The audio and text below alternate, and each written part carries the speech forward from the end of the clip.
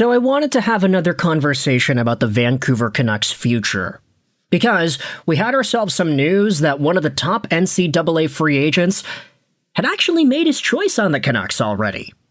And this also bleeds into a bigger conversation that we can have about which assets should be used in which ways to help best benefit this team. And we're going to get into all that and more here in this video. So let's talk about TJ Hughes. I know there is a little bit of a shock or a trauma that can bleed into Canucks fans' brains when they see a guy named TJ Hughes. It's like, Miller, Quinn. But TJ Hughes is widely regarded as the best NCAA free agent signing to be. This season with the Michigan Wolverines, he had scored 57 points in 40 games played. He had 22 goals and 35 assists. He was really good ever since stepping into the Michigan Wolverines system, graduating from the Brooks Bandits organization in Alberta Junior A hockey in 2022. TJ Hughes plays with Michael Hage, and because of that, we have made a few videos about Hughes over the past few weeks here, talking about some teams that could be interested. Oh, the Detroit Red Wings could like him because he plays in their backyard. And then there were already some conversations about the Leafs, the Oilers, the Canadiens, all these Canadian teams getting involved in wanting to sign one of the top free agents. But it turns out, the guy has already made his choice about one. And that team is the Vancouver Canucks. Rick Dhaliwal said on Donnie and Dolly yesterday, the Canucks had interest in NCAA free agent TJ Hughes, but the Canucks didn't have a development plan or a vision for the guy. So he's not signing in Vancouver. And that's embarrassing, isn't it? The idea that the last place team in the league, who is supposed to be collecting assets like Infinity Stones, building the future like they're building a statue, doing everything they can to focus on getting out of this rut that is last place. You're going to bolster your team with Gavin McKenna if you get the first overall pick, and if you don't, you'll get Stenberg or Chase Reed. A guy like TJ Hughes, who is a young-ish dude at 24 years old, he's not the youngest, but 24 is still decently young. Looking at a team like Vancouver, he should be able to say, yeah, that team, they've got spots. They've got some veteran guys that are okay to see out the process of going through a rebuild. They have opportunities in Abbotsford. They have developmental chances for me in my career. In theory, the top free agent of an NCAA team should be interested in playing for the worst team in the league. But it turns out the Canucks didn't have a plan for the guy. They didn't have a vision for him either. So TJ Hughes is like, oh, well, screw them. It sounds idealistic to go to the last place team that is trying to get younger and is getting all these top tier 18-year-olds in the draft. But if they don't have a chance for me to actually hone my skills and get better, then let's just go to a team that actually can provide that and be a more competitive environment too. TJ Hughes, 24 years old, obviously he will be a decent professional hockey player in some capacity. We just need to know at which level that is going to be.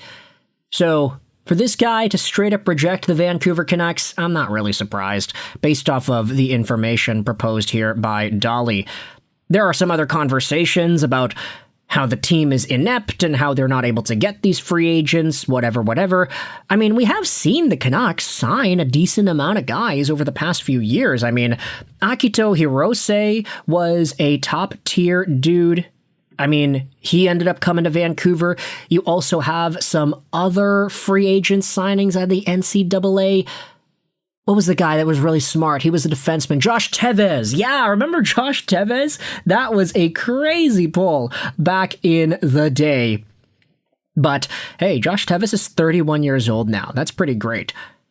Anyways, Vancouver at one point was a pretty interesting destination for NCAA talent. Nowadays, it doesn't seem like that's the case, at least from the perspective of the top guy in TJ Hughes.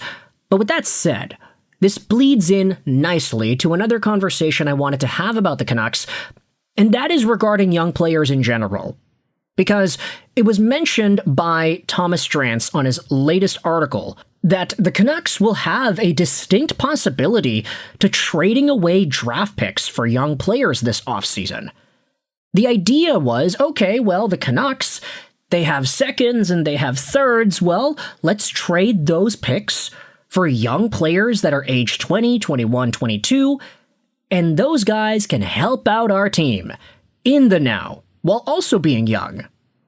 And the reason Canucks fans are so pissed off with that, and it was mentioned by Thomas Drance yesterday on Halford and Bruff, that apparently the Canucks understand that that sentiment is not going to go over well with the fan base. Hey, we're going to trade away our seconds and thirds for NHL-ready pieces that happen to be young. Canucks fans don't want that because Canucks fans have seen that, and it screams retool, not rebuild. It gives Vancouver opportunities to employ guys like Jack Studnicka, Daniel Sprong, Eric Bronstrom, what's the guy's name? Derek Pouliot, for example. Like, there are a number of guys, Lukas Reichel, Vitaly Kravtsov, just to name even more, that the Vancouver Canucks have tried to take swings on because, oh, they're young and they can be NHL-ready pieces, but they suck!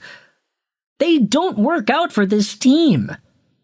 However, I wanted to respond to an idea that was posted about on the R Canucks subreddit. This is a post by Admirable Fall 4675. You know, I don't mind that they're considering trading picks for young NHL players, and then you get knocked out. That's kind of the joke here. This reply from Swimming Departure 18 is interesting. They say, I mean, Justin Sordiff for the Florida Panthers? He got traded for a second and a sixth. Igor Chinakhov was traded for Danton Heinen, a second and a third. Trevor Zegras was traded for a second, a fourth, and Ryan Poehling, and Capo Caco was traded for a third and a sixth and Borgen. Those are all solid trades for the team that acquired the young player. If you do it right and scout properly, you can find massive value. Don't equate the Benning-era garbage trades with a failure of this methodology. Sometimes players excel outside their original environments. And yes, I can understand that point. Igor Chinakhov is doing really well in Pittsburgh. Trevor Zegras is like the one skilled player ever who actually seems to be doing better under a Rick Tocchet-style coach than anybody else. Justin Sordiff is a monster for Florida.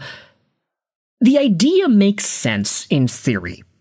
You allocate value from a third or a second-round pick, a guy that at best will be joining your team a few years down the line, for a guy who is young but already NHL ready, who can help your team a few years down the line, but who can also help now. But the problem is, whether or not the Vancouver Canucks are the right team to consider these kinds of moves is another thing. You can start to consider these once you are starting to work your way out of the cellar, like 3 years into a rebuild, not 3 months. Another reply says, so you think we have the assets to part with 1, 2, or 3 pieces to get a better player, and that better player will make the team better for a longer time period than drafting players and not giving assets? Are you not then leaving yourself weaker with less bullets in the chamber? The Canucks don't have enough. They need more assets, not less. They suck. This isn't something that can be turned around and rushed. They've done that for 15 years and look at where they are. The other replier says, I do know the majority of second-rounders don't actually make the league, and it decreases massively as you move into the later rounds. Someone who has shown a true spark in the league is better than an unknown.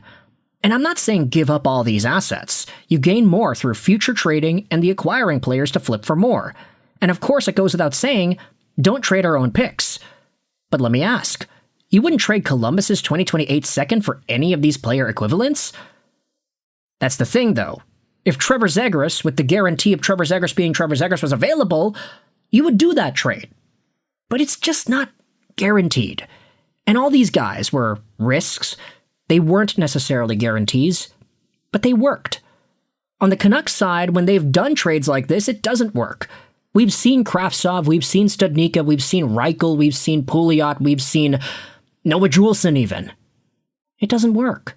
So, whether or not it boils down to a philosophical, is Vancouver the right team to make this move, or whether or not it boils down to, I just don't trust this team to get a good enough player that justifies the trade in the first place, those are two different ways to look at it. And I want you to let me know your thoughts in the comment section below. How do you feel, firstly, about the idea of TJ Hughes, one of the top NCAA prospects, straight up rejecting the Canucks? And how do you feel about this idea of trading away draft picks for younger players that can help the team in the now? Let me know your thoughts in the comment section below. I hope you enjoyed this video. Sign on. And bye.